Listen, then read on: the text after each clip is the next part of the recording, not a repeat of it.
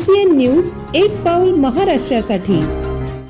अनाथ, निराधार आणि बेघर बालकांचे संगोपन करत त्यांचा विकास घडवून आणण्यासाठी महाराष्ट्र शासनाच्या महिला व बाल विकास विभागांतर्गत क्रांतिज्योती सावित्रीबाई फुले बाल संगोपन योजनेच्या माध्यमातून सेवाभावी संस्थेमार्फत अंमलबजावणी केली जाते। मात्र यासाठी संस्थेला मान्यता देण्यासंदर्भात मोठ्या प्रमाणात अपहार केला जात असल्याचा आरोप करण्यात आला आहे। मंत्री अदिती तटकरे यांच्या मार्फत एका खासगी व्यक्तीकडून संस्थेला मान्यता देण्यासाठी 3.5 लाख रुपये घेतले जात असल्याचा धक्कादायक दावा ममता NGO विदर्भ फेडरेशनचे सचिव डॉक्टर निवृत्ती जाधव यांनी पत्रकार परिषदेच्या माध्यमातून केला आहे। दुसरीकडे महिला व बाल विकास विभाग सांभाळण्यात मंत्री अदिती तटकरे या सक्षम नसल्याने त्यांनी स्वतःहून आपल्या पदाचा राजीनामा द्यावा अशी संतप्त प्रतिक्रिया लाभार्थी महिलेकडून व्यक्त केली जात आहे। बाल संगोपन योजनेचा भ्रष्टाचार झालेला आहे। मंत्री आदित्यताई तटकरे यांनी मोठ्या प्रमाणात भ्रष्टाचार केलेला आहे।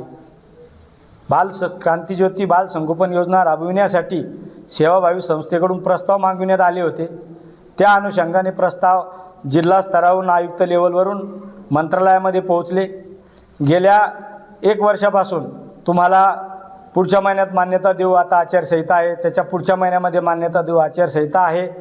स्थानिक आमदार, खासदार, मंत्री, पालकमंत्री यांच्या पत्रांना सुद्धा वाव न देता फक्त त्यांनी पैशाचाच भाव दिला आहे आणि ज्यांनी त्यांना 3.5 लाख रुपये दिलेले आहे अशा संस्थांना त्यांनी मान्यता दिलेली आहे।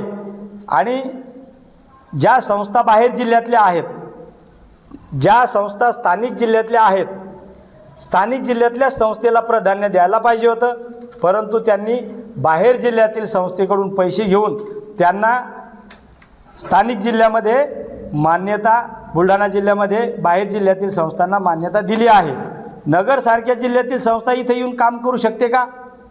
पैशाचा गोडबंगाल नाही का? आणि इथे जर संस्था नसेल, पण इथे ऑलरेडी संस्था आहेत ना, 6 संस्था आहेत स्थानिक जिल्ह्यातल्या, ज्या संस्थेला 15-15 वर्ष झालेत, ज्या संस्थेचे शासनाच्या 5 ते 6 डिपार्टमेंटसोबत कार्य आहे, ज्या संस्थेला शासनाने पुरस्कार देऊन सन्मानित केलं, अशा संस्थेला तुम्ही मान्यता देत नाही आणि बाहेर जिल्ह्यातल्या संस्थेला तुम्ही मान्यता देता। आपली मागणी काय आहे? तुम्हाला कोणी पैसे मागितले होते का? हो, तिथे मंत्रालयामध्ये जो देशमुख नावाचा व्यक्ती आहे त्या व्यक्तीने 3.5 लाख रुपये आम्हाला मागितले होते।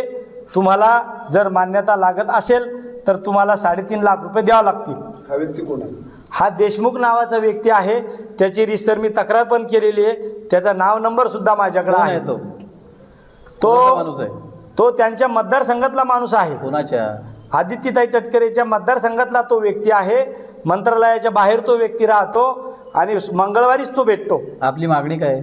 आपली मागणी आहे की जी स्थानिक संस्था आहेत, एक संजीवनी बहुउद्देशीय संस्था आणि स्वर्गीय निंबाजी पाटील बहुउद्देशीय संस्था, या स्थानिक संस्था गेल्या 15 वर्षापासून कार्यरत आहे। या संस्थेला क्रांतिज्योती बाल संगोपन योजनेची मान्यता द्यावी। असा प्रकार आहे। गेलं 1 वर्ष झालं तटकरे ताई क्रांतिज्योती सावित्रीबाई फुले बालसंगोपन योजना, या योजनेचे पैसे DBT मार्फत डायरेक्टली लेकरांच्या खात्यावर पडणार होते, ते आणखीनही पडलेले नाहीत। मग माझ्या मुलांचं शिक्षण मी थांबवू का? तर माझंच मूल आहे असं नाही, तर तमाम महाराष्ट्रभरामध्ये ही जी गोंधळ उठलेला आहे ते एकमेव लाडक्या बहिणीमुळे उठलेला आहे। आणि इकडचा निधी संपूर्ण तिकडे लाडक्या बहिणीला दिला जातो आणि मुलांचं शिक्षण थांबते। आणि असं प्रत्येकाला वाटतं की आपल्या लेकराचं शिक्षण दर्जेदार व्हायला पाहिजे। ग्रामीण भागातले आम्ही लेकरं जरी असलो, आमची लेकरं ग्रामीण भागातले जरी असले तरी आमच्या लेकरांना ट्युशन्स असतात, शिक्षण आहे, त्यांचं खाणं पिणं कपडा लत्ता ह्या सगळ्या गोष्टी आहेत। पण वाढत्या महागाईमुळे आम्हाला तेही काही करता येत नाही। जमेल तेवढं, जमेल तसं आम्ही मुलांना शिक्षण देतोय। जर समजा मला जर इतकंही करता नाही आलं तर माझ्या मुलाचं 1 वर्षाचं शिक्षण जर थांबलं, त्याला जबाबदार एकमेव तटकरे ताई असतील, एकमेव तटकरे ताई। कधीपासून हा निधी आलेला नाही? 1 वर्ष झाला निधी नाही आलेला आहे आणि तमाम महाराष्ट्रभरामध्ये चालू आहे। कधी कधी संघटनांच्या माध्यमातून हे काम घेतलं जातंय, कधी कधी संस्थांच्या माध्यमातून, कधी कधी ते स्थानिक लेवलवरच्या पण संस्था नसतात। अदर जिल्ह्यातल्या, आता महाराष्ट्रभरामध्ये 35 जिल्हे आहेत, आता होणारा एक 36वा आहे, ते वेगवेगळ्या तालुक्यातले वेगवेगळ्या जिल्ह्यातले, ज्यांना आम्ही कधी ओळखतही नाही, कधी पाहत नाही, अशा लोकांना ते काम दिलं जातं. मग आम्ही विचारायचं कोणाकडे, जायचं कोणाकडे? कधी तर 1 वर्षानंतर किंवा 9 महिन्यानंतर आम्हाला जिल्ह्यावरून महिला व बाल कल्याण विभागातून फोन येतो, ताई तुमच्या मुलांचे बोनाफाईड घेऊन या आणि त्यांचा फोटो घेऊन या, त्यांचा उत्पन्नाचा दाखला घेऊन या, त्यांचा रहिवासी घेऊन या, तुमचे आधार कार्ड घेऊन या, पॅन कार्ड घेऊन या, या सगळ्या गोष्टी मागवल्या जातात 1 वर्षभरानंतर. 1 वर्षभर काय डिपार्टमेंट झोपलेलं असतं का? महिन्याला पैसे टाकता येत नाहीत का? महिन्याला शिक्षणाचा खर्च नसतो का? की वर्षातून एकच वेळा असतो? ह्याला एकमेव जबाबदार तटकरे ताई तुम्ही असाल.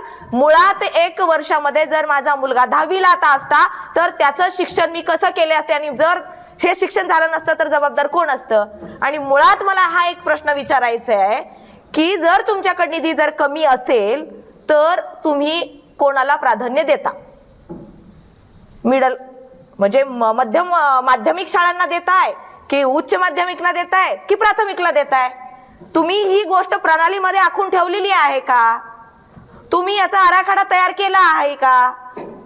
तुम्ही या सगळ्या गोष्टीची जनगणना? आणि मला एक विचारायचं आहे की संपूर्ण महाराष्ट्रभरामध्ये जितक्या विधवा महिला असतील किंवा विधुर पुरुष असतील किंवा एकल संघटना जी आहे त्या संघटनेमधून तुम्ही खरोखर सर्वे करून तळागाळातले सगळी लोक, तुम्ही वंचित असलेली सगळी तुम्ही या योजनेचे लाभार्थी म्हणून घेतलेलेच आहेत का? तर किती टक्के आहेत याचा सर्वे तुम्ही खुलासा केलाय का कधी?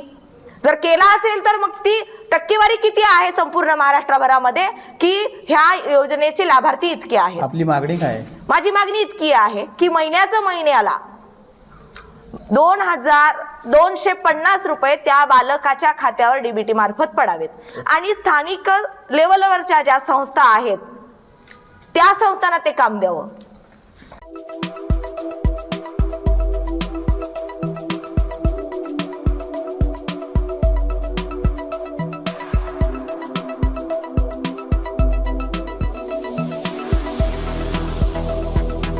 तसंच आपल्या भागातील महत्त्वाच्या बातम्या पाहण्यासाठी CCN न्यूज डेस्क चॅनलला सबस्क्राईब करा आणि बेल आयकॉन प्रेस करा.